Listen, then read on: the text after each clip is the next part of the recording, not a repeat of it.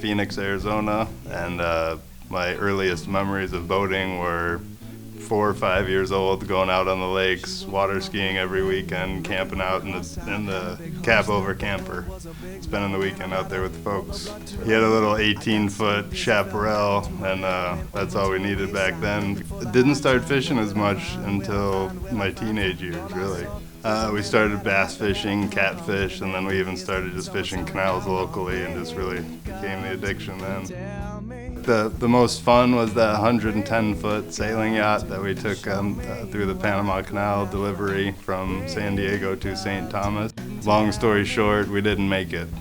Or they did eventually about 4 months after we left, but broke down, ended up in Cartagena, Colombia, and that's where I had to bail out and go back to work. I came down to San Diego for a solar job originally. I'm Mark Mihelich, energy consultant from Stellar Solar with today's solar tip.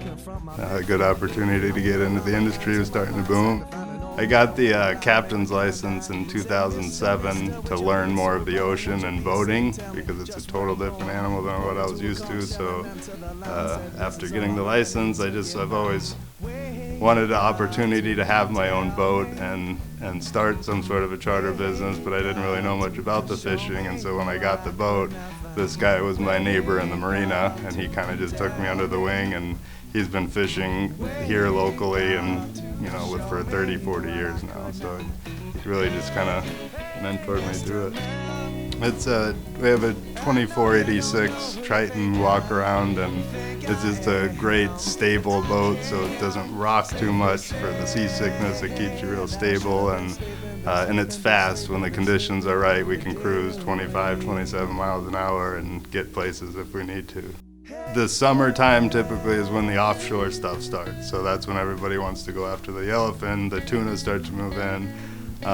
More of the winter is more local rock fishing, halibut. We can get some nice local yellowtail in the winter, but it's more, not as much of the offshore fishing in the winter. I guess the more I'm doing it now, I think it's a little of just seeing people's progression throughout the day. A lot of these people, when they come on the boat first thing in the morning, they know nothing about anything. It's their first time ever fishing, some of them, and they're afraid to touch a little sardine, and by the end of the trip, they're grabbing gills and big fish and holding them, and so that's one of my favorite things I'm really starting to see with it, is like how people can progress in such a short period throughout the day, and just how every day is different. You never know what we're gonna see out there. Some days it's an adventure, some days you might see dolphins, whales, you might catch 0 fish, we might catch 40 fish, so that's a lot of the fun of it too, just kind of seeing what's going to happen. One of my big advantages I have now is the fishing community is pretty small in general, so I've kind of immersed myself in it. I know a lot of people now, and pretty much every day I know somebody that's out on the water, and so whether I fished or not, I know where the fish were or what happened the day before.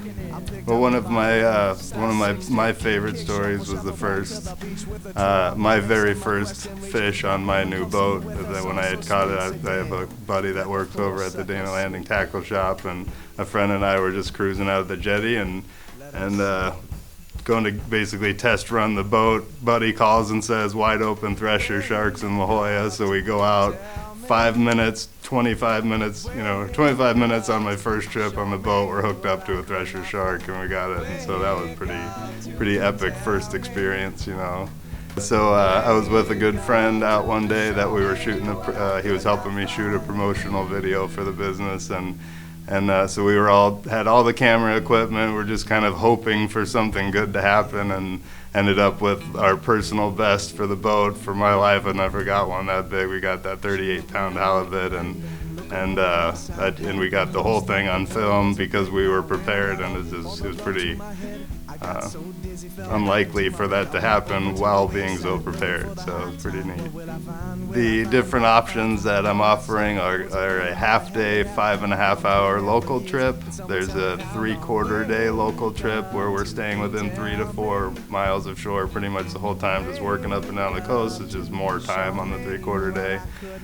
We do a 3/4 day offshore and then a full day 12-hour offshore as well. And then the custom charters are for the 2-hour minimum for sunset cruises or whale watching. She put a spell on me, said I had to go down to where the cliffs meet the sea and meet an old man to present my plea. So I headed way down to the big pier to await and confront my big fear. I wheeled around behind to my blind